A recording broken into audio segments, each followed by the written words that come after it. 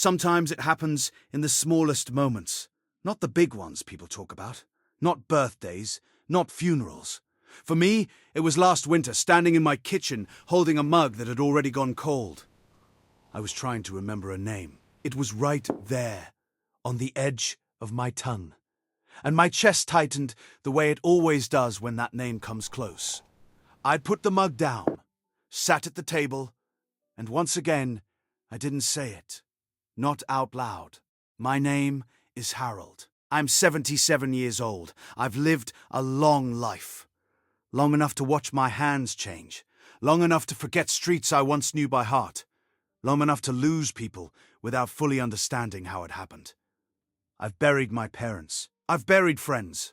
I've watched my children become adults with lives I only half recognize. But there's one person I never buried. Because we didn't die. We just stopped existing in each other's world. And that's sometimes harder. The name I can't say belongs to someone I loved when I was young. Not in a dramatic way. Not the kind you see in movies. It was quieter than that. It was the kind of love that shows up at your door after school. That sits beside you on the porch steps. That knows how you take your coffee before you do. Her name was Eleanor. There. I said it. Even now, my throat feels tight. I met her when I was 19. She worked at a small bookstore downtown. The kind with crooked shelves and handwritten price tags. I went in looking for a history book, left holding a novel she said I might like instead. She had a soft voice, not shy, just gentle. We started talking every time I came in, then walking home together. Then sitting on the park bench near her apartment, watching the streetlights flicker on. I can still see the way she tucked her hair behind her ear when she listened, like she was afraid of missing something important. Those months felt endless. We talked about everything. The kind of house we liked, the places we wanted to see, the fears we didn't tell other people. She wanted to leave the city someday, live somewhere quieter. I said I wanted to build something here. A career. Stability. We didn't fight about it. We just stopped talking about it. And that was the beginning of everything changing. One evening, she asked me if I ever thought about us 10 years from then. We were sitting on the steps again. The air smelled like rain. I remember shrugging, not because I didn't care, because I was scared to care too much. I said something careless, something about being young, about not knowing where life would take me. She nodded, slowly, didn't cry, didn't argue, just nodded. A week later, she told me she'd been offered a job in another town, a small bookstore out near the countryside. She said she was going to take it. I told her that sounded nice. Nice. Like she'd said she was buying new curtains.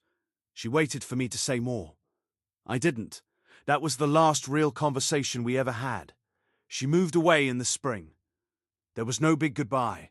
No train station scene. Just a hug on the sidewalk. Her arms around me, longer than usual. I remember thinking I should say something. Something real. Something that meant I wanted her to stay. But the words felt heavy. And I was young enough to believe there would always be time later. After that, life filled in the space she left. Work, bills, new people. I met my wife a few years later. A good woman, a steady woman. We built a life together. Children, a house with creaky stairs. Holidays that blended into each other. It wasn't a bad life. It was a full one. But sometimes, late at night, when the house was quiet, I would think about Eleanor. Wonder where she ended up. If she was happy. If she ever missed me the way I missed her in those early years. I never reached out. I always found a reason not to. It had been too long. It would be awkward. It might open something I had no right to open anymore. Years turned into decades. My hair thinned. My back stiffened. My children moved away. My wife passed 6 years ago. Cancer. Quick in the end. Slow before that. After the funeral, when everyone went home and the house got quiet in a way I had never known. Eleanor's name came back louder than it ever had. Not because I wanted to replace anything, just because she was part of a life when everything still felt possible. I found myself looking her up once. Took me nearly an hour to work up the nerve to type her name.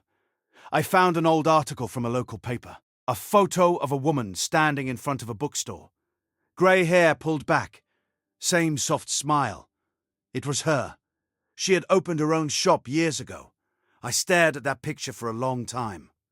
Long enough for my eyes to burn. I thought about writing to her. I even started a letter. It was just a few lines. "Hello, Eleanor. You probably don't remember me." I stopped there because I knew she would remember me. I folded the paper, put it in a drawer. It's still there. Over time, I began to understand something that took me most of my life to see. It wasn't that I loved her more than the life I built. It was that I was afraid of choosing when choosing mattered. I thought staying quiet kept things safe. I thought waiting kept doors open. But silence doesn't keep doors open. It slowly closes them while you're busy living. The cost wasn't loud. There was no dramatic moment where everything fell apart. It was just one unspoken sentence that stretched across decades. I don't sit here wishing my life had been different. I loved my wife. I love my children, but there's a small room in my heart that always stayed unfinished. A conversation that never happened. A feeling that never had air.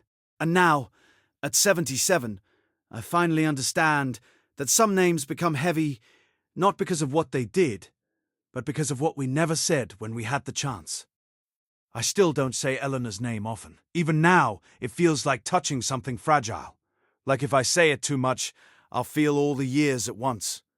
Sometimes I sit on the porch in the evening, the same way we used to sit on those steps. I watch the sky darken, and I imagine telling her I was scared back then, that I cared more than I showed, that I should have spoken when my heart was loud and my life was still flexible. But imagination is all it is now. There's no letter coming back, no meeting across a coffee table, no catching up on lost time. Just quiet, and a name that still lives inside me. If there's one thing age has given me, it's this strange clarity. Not about the future, about the past, about how the biggest moments aren't always the ones we recognize as big when they're happening. Sometimes they look like ordinary evenings, simple questions, opportunities that feel too small to matter, until they become everything. I don't know where Eleanor is now, if she's still alive, if she ever thought about me after she left. But I carry her quietly, not as regret exactly, more like a reminder of who I was, and who I was afraid to be. Some nights I whisper her name when no one's around. Just once, just to feel it exist outside my chest. And every time I do, I realize how much life is shaped by the words we swallow. I'm Harold. I'm 77 years old, and there's a name I still can't say out loud. Not because it hurts too much, but because it reminds me how easily a lifetime can grow around a single moment of silence. If this brought up someone for you, a name, a memory, a moment you never quite finished, you're welcome to share it here. Or just sit with it for a while. Sometimes listening is enough.